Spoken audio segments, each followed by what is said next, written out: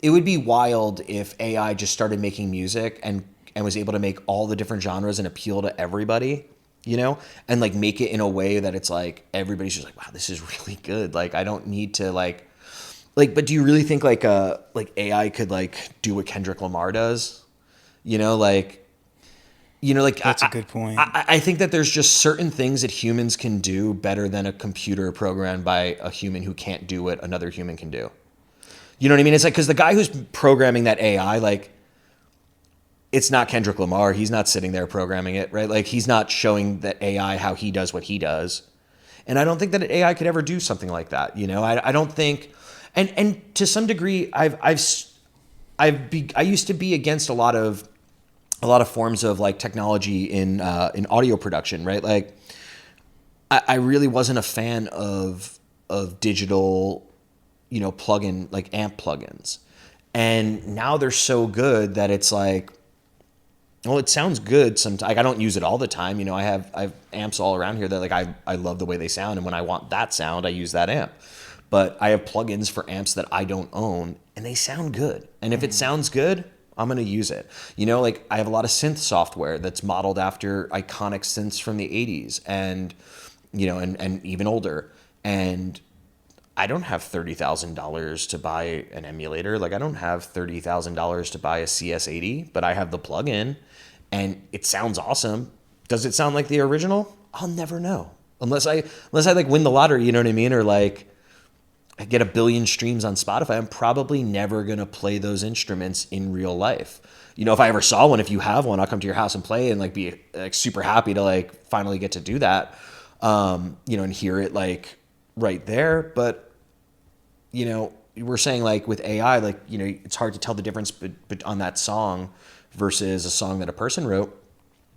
And I think that with the way that technology has been going for a long time and is currently at in recording software, I think that there's a lot in there that I don't think you'd be able to tell the difference, without actually comparing, the original thing that it's modeled after to the digital version.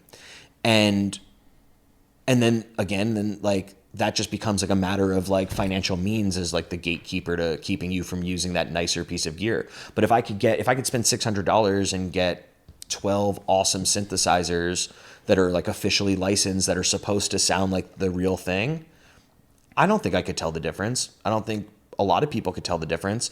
And if I use it in a way that's effective, that gets my point across, like gets like the vibe across that I want to get across, and allows me to like say the lyrics that I want to say to get a point across about a subject, then like it works. And that's not artificial intelligence, but I'm sure that to some degree there was probably some automated technological aspect that helped the engineers build that software, and I think a lot of people are using that type of software to make incredible music.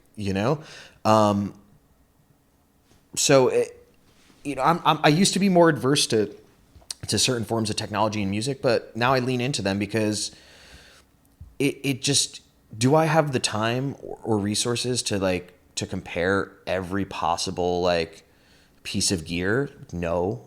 And does it matter at the end of the day? Probably not. Maybe somebody out there thinks that like if you don't record everything through this type of interface with this type of outboard gear with these specific plugins and this mixer, like, there are snobs out there who would believe that like you can't make something sound good. But I'll bet you if you did like one of those like blind tests on them, they probably wouldn't be able to tell the difference, even if they said they would. Like when they do those tests where they're like, they put 5 different vodkas in front of you and you don't know which one is the high end and which one's the Costco brand, and the connoisseur can't tell the difference.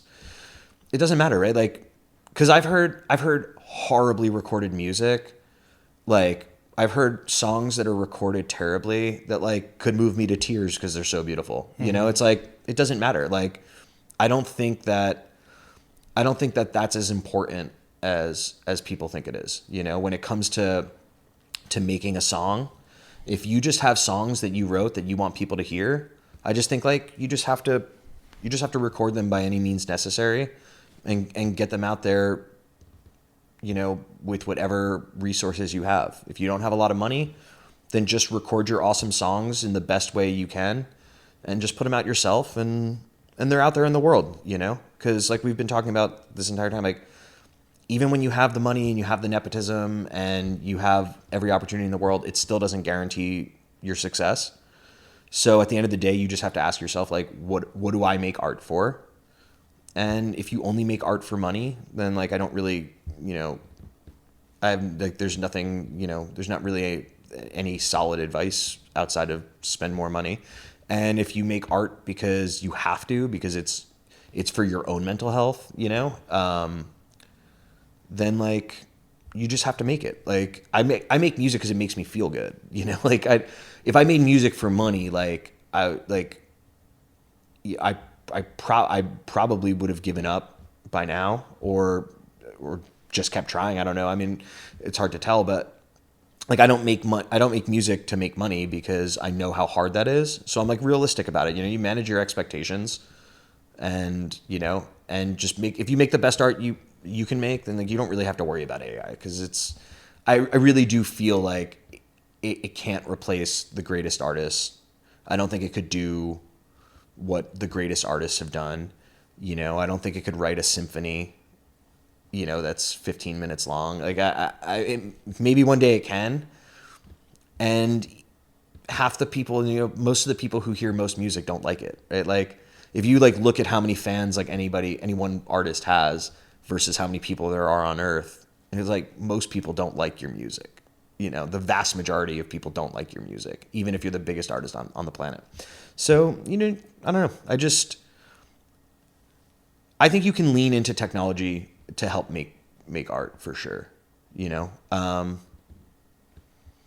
like, where do you draw the line? You know what I mean? It becomes like a personal thing. Like what's okay? Like what level of automation is okay? Like, is it okay, to have like a crane in a movie bring your shot in using like a digital controller, or like, are you a purist and you're like, no, somebody has to be moving the crane like they did 80 years ago, like what, like I was just talking to my friend last night when we were having a mix session about flying faders, which was, without being really boring, flying faders was just like a software, a computer that's been around for decades now, I don't know, 30, 40 years maybe.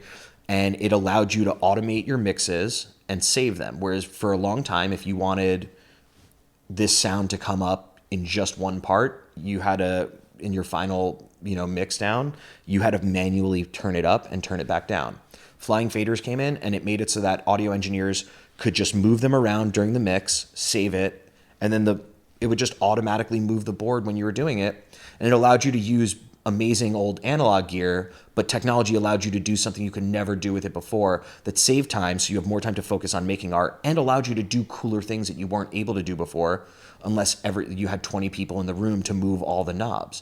You can automate so much in music now, and nobody ever complains about that, because it's a piece of technology that's advanced music, And again, the synthesizers, right? Like there's so much, drum machines, like how much, if they didn't come up with a drum machine in the 60s, like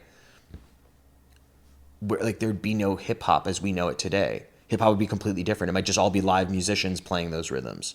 Might not be at all, So man, what if there were no drum machines? Wow, no Jay Dilla. Right? Like the drum machine, that's the drum machine, thought. the drum machine and the synthesizer are two of the most like important inventions for music, and they've been around for a long time. They've been around longer than people. It took decades for people to know how to use them to make effective music. Like some of the people who use synthesizers at the beginning, like in like the late 60s and the 70s, they used it completely different. Some of that music is still as popular today as it ever was, like classic rock bands who started using synthesizers, experimental artists who started using synthesizers in the 70s, which turned into like, an explosion of synths in the 80s. And then the 90s is like really like music has been becoming more digital for the last 60 years. But it took a long time for people, in my opinion, it took a long time for people to become really effective at it. I like some of the experimental, like early, electronic music because I think it's just fascinating. And like, it must, like, imagine it's like 1968 and you hear like some crazy synthesizer for the first time, and like, it probably sounded like music from outer space, you know?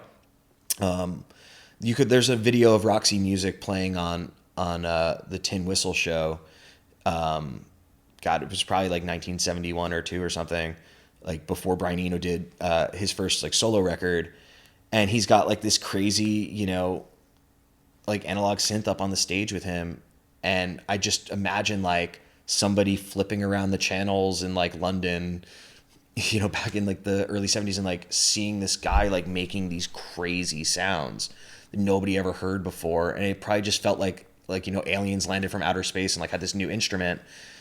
And, you know, 15 years later, like, I mean, look, the 1980s, like music, like without synthesizers, I mean, how much amazing music wouldn't exist in the 80s? And think about how many people in the 80s were probably like, keyboards, synthesizers, like drum machines, what? Like, that's going to destroy music. Like, music is guitars and basses and drums and pianos and violins and like... Yeah, imagine what Beethoven would have said. Right, yeah. Beethoven would have been like some like snotty fucking guy on Twitter being like, what is this? Like, what do you mean? Like... No, you need 100 people in the room to play 100 different violins, and like, you know, it's like, no, you could just like hit this one thing and it does it for you, and it saves you time, and so you can make more art. You know, I mean, I don't think there's any denying that there's way more art today than there ever was before. You know, making art is so much easier and more accessible than, I mean, 150 years ago. I don't think like the average farmer's kid like came home from like tilling the fields to like jump on a computer and make some like, you know, lo-fi hip hop beats. Like, you know what I mean? It's like you worked and you went to church and you ate food and you died, usually young and poor, and like kind of like an artist now. You're basically an artist now. It's like they were artists without making art. That's what it was. Yeah, you just worked all day until you died, and usually poor. So, but yeah, I think technology. I think AI will, like you said it before, you said AI is like an instrument. And I think that that'll be the ultimate, if I had to predict, that would be the ultimate realization of AI in art, would be that it becomes a tool. You know what I mean? That you use it, not that it replaces you, but that you use it to be like, I can't figure out like this part, like let's see what AI comes up with. Yeah, you know? AI should be a music assistant, not a music creator. I would rather see AI touch all the buttons for me. I'd rather, you know what I mean? If I had to say what I wanted AI to do for me in a recording studio, it would be like a little robot that plugs in all the microphones. You know what I mean? It would be like, I'd be like, hey, okay, Google, like plug in my microphone. Oh, okay, Google, turn the input down like 3 decibels. Like, that's what I would love to have AI do for me, is like just touch the buttons for like save me, like so I can just walk around the room and be more focused on like the music being made than the like setup. You know, that's I would love that. Like that's what I think AI would be better to if that was what it was. But these companies seem to at least paint themselves to be like a way to replace humans in some degree, which I don't understand why that would be what you want. Yeah.